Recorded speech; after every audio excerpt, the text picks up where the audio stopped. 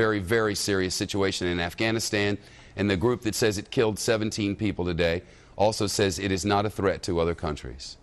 As we told you earlier, the Taliban claimed responsibility for a car bomb outside the Indian embassy in Kabul this morning. Just yesterday, Taliban leaders say they have no agenda to attack other countries if those countries are not in Afghanistan. This is just one element of a very complicated situation in that region. Remember, this is not just a war in Afghanistan. Far from it. Many Taliban and al-Qaeda fighters are hiding across the border in the South Waziristan region, which is really Pakistan, but it's not controlled by Pakistan. It's screwed up, I know, but it always has been. And they are showing that they're very capable of pulling off deadly attacks across both countries. That makes the president's job even more difficult, depending on how you look at things. He has to decide whether to send in tens of thousands more American troops and what those troops should accomplish. Judith Miller is here to talk about this. She's a Pulitzer Prize-winning journalist, Fox News contributor, former journalist at the New York Times, scholar at the Manhattan Institute, a conservative-leaning think tank. Good to see you. Nice to see you. This is getting worse. It's getting worse by the day. When they start talking about it on the battlefield, it's bad. It's really bad. And we own a newspaper in London called The Times of London.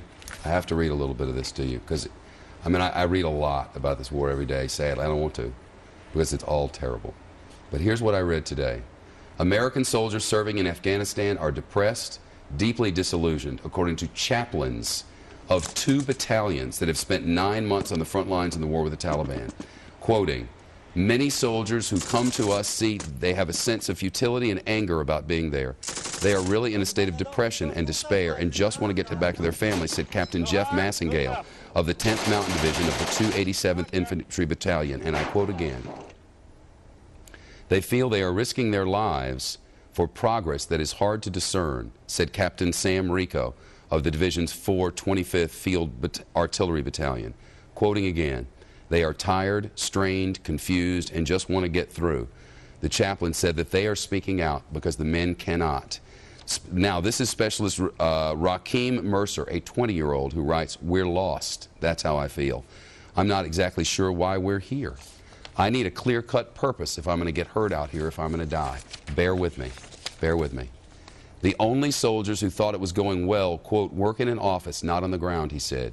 In his opinion, the whole country is going to crap. The battalion's 1,500 soldiers are 9 months into a year-long deployment that has proved extraordinarily tough. Their goal was to secure the mountainous Wardak province and to win the people's allegiance through development and good governance. They have instead found themselves locked in an increasingly vicious battle with the Taliban. Now listen to this. They have been targeted by at least 300 roadside bombs, about 180 of which have exploded. 19 men have been killed in action, with another who killed himself. About 100 men have been flown home with amputations, severe burns, and other injuries likely to cause permanent disability, and many of those have not been replaced. More than 24 mine-resistant, ambush-protected vehicles, or AMRAPs, have been knocked out of condition. They feel like they don't know what we're doing there. Is the mission to kill al-Qaeda? That used to be the mission. That was the mission. Al-Qaeda's not in Pakistan anymore. No. I'm not in Afghanistan. Not in They're Afghanistan. in Pakistan. They're in what Pakistan. What the hell are we doing?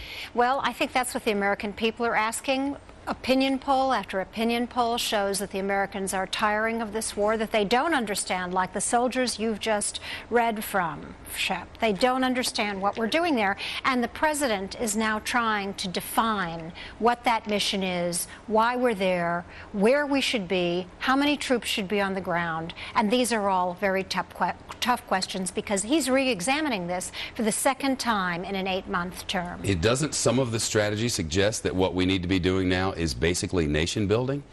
Teaching an army to work our ways where they have a less than 10% literacy rate, where they answer to the warlords, where they're coming out of the 7th century, and we're supposed to go in there and retrain them to fight off the Taliban themselves? Are you kidding me? Well, that's what the president said in March. Now, he's now being pushed in the direction of narrowing that goal, of saying we've got to focus on al-Qaeda and the Taliban with which they're associated. The problem here is that it's very hard to tell one Taliban from another. We're not through. More in just a minute. Talking Afghanistan again with Judith Miller, Pulitzer Prize-winning journalist, Fox News contributor, formerly with the New York Times, a scholar at the Manhattan Institute, a conservative-leaning think tank. The original goal from the president back in March was kill al-Qaeda, just keep al-Qaeda and the Taliban from coming back together and getting in power, and so to speak, in Afghanistan. Well, that's already happened, and now, right. so now they want to redefine the mission. Right.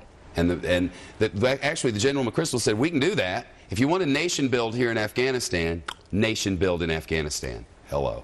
You want a nation build in Afghanistan, I can do it. Give me 40,000 troops. You want it done, I'll get it done. But now they're rethinking what the mission is. So what's the mission now? Well, they're trying to move from a counterinsurgency strategy, which includes this very ambitious nation building, to kind of counterterrorism strategy, which is once again trying to peel off the Taliban, who are not aligned with al-Qaeda. The problem is, we know those who are. There's a group called the Quetta Shura, which is openly aligned with the al-Qaeda, so that's easy.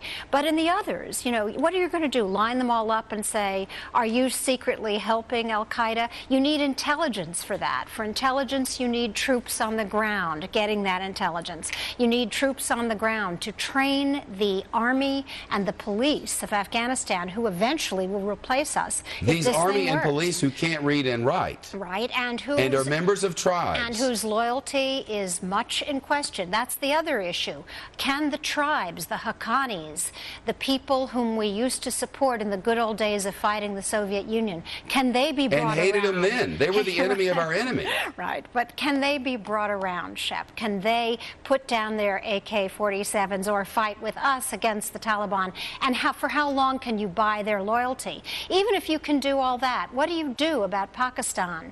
If we redefine or narrow our mission in Afghanistan, if the Pakistani military concludes that we are actually abandoning the fight against al-Qaeda, they will be tempted to once again begin supporting the people they've now begun fighting. There are so many moving parts in this equation that it's really tough to say what the president should do. He's obviously having a difficult time. He's now faced with what I call sticker shock. That is, he's looking at the price of American troops and lives and the expenditure of resources to do what he originally said he was going to do, and he's saying, whoa, since I'm not willing to pay that, let's redefine the mission. This is a very difficult and dangerous moment for the United States. We won this war in 3 weeks, and we took our eye off it, and it festered, and it got itself back together. Yes. And now it looks a lot like a sort of no-win situation. But the scariest thing of it all is the men and women who are written up in this article from our friends at the Times of London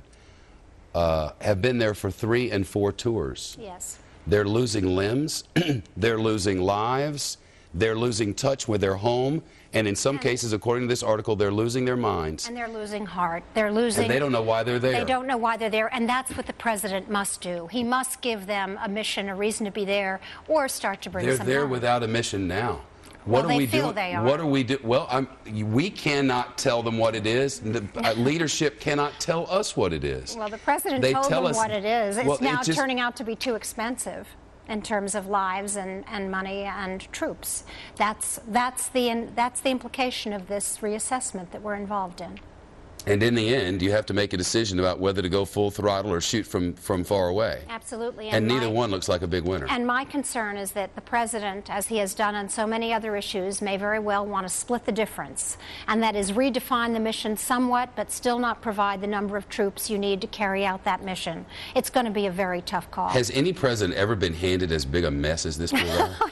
I don't think so, not in my lifetime. I mean, we've been running a war for 6 years without even talking about it, much less defining the mission, and people have been just like, if only a few are dying, so we don't have to talk about it. And now we got a full-on numbers, crisis, a worldwide crisis on our hands. And by the way, how does this fit into the broader challenges that our nation faces? The weakening of our dollar, the weakening of our currency, the weakening of our economic power to sustain engagements like this. That's the real challenge. Wow.